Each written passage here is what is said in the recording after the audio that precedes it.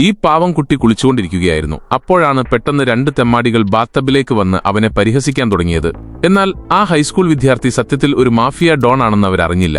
ഏതാനും ദിവസങ്ങൾക്ക് മുമ്പ് വരെ സ്കൂളിലെ എല്ലാവരാലും പരിഹസിക്കപ്പെട്ടിരുന്ന ഒരു സാധാരണ വിദ്യാർത്ഥിയായിരുന്നു അവൻ. ഒരു ദിവസം മനസ്സ് തകർന്ന് അവൻ ഒരു പാലത്തിന് മുകളിൽ കയറി ജീവിതം അവസാനിപ്പിക്കാൻ തയ്യാറെടുത്തു. എന്നാൽ ആ സമയത്ത് അവിടെ കൂടെ പോയ ഒരു മാഫിയ ഡോണിന്റെ മുകളിലാണ് അവൻ വീണത്. ബോധം വന്നപ്പോൾ ഡോൺ ഒരു വിചിത്രമായ കാര്യം ശ്രദ്ധിച്ചു. അവൻ ഇപ്പോൾ ആ ഹൈസ്കൂൾ വിദ്യാർത്ഥിയുടെ ശരീരത്തിലാണ്. എങ്ങനെയോ അവരുടെ ശരീരങ്ങൾ തമ്മിൽ മാറിയിരിക്കുന്നു.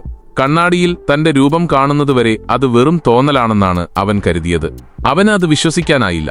സ്വന്തം ശരീരത്തിലേക്ക് തിരിച്ചു പോകാനുള്ള ആവേശത്തിൽ അവൻ വീണ്ടും അതേ പാലത്തിൽ പോയി താഴേക്ക് ചാടി. എന്നാൽ ആശുപത്രിയിൽ ഉണർന്നപ്പോൾ മാറ്റമൊന്നും ഉണ്ടായിരുന്നില്ല. അവൻ ഇപ്പോഴും ആ കുട്ടിയുടെ ശരീരത്തിൽ തന്നെയാണ്. മറ്റൊരു വഴിയുമില്ലാതെ ഒടുവിൽ ഈ പുതിയ ശരീരത്തിൽ ജീവിക്കാൻ അവൻ തീരുമാനിച്ചു. ആ കുട്ടിയുടെ ജീവിതത്തെക്കുറിച്ചറിയാനായി അവൻ അവന്റെ ബാഗിലിരുന്ന ടാബ്ലറ്റ് എടുത്തു. അതിൽ കുട്ടി എഴുതിയ ഒരു ഡയറി അവൻ കണ്ടെത്തി. ആ കുട്ടിയുടെ വേദനാജനകമായ ജീവിതത്തെക്കുറിച്ച് വായിച്ചപ്പോൾ അവന് കടുത്ത ദേഷ്യം വന്നു. അവൻ ആ ടാബ്ലറ്റ് തല്ലിപ്പൊട്ടിക്കുകയും ഒരു തീരുമാനമെടുക്കുകയും ചെയ്തു. അവനെ ഉപദ്രവിച്ച എല്ലാവരോടും അവൻ പകരം ചോദിക്കും.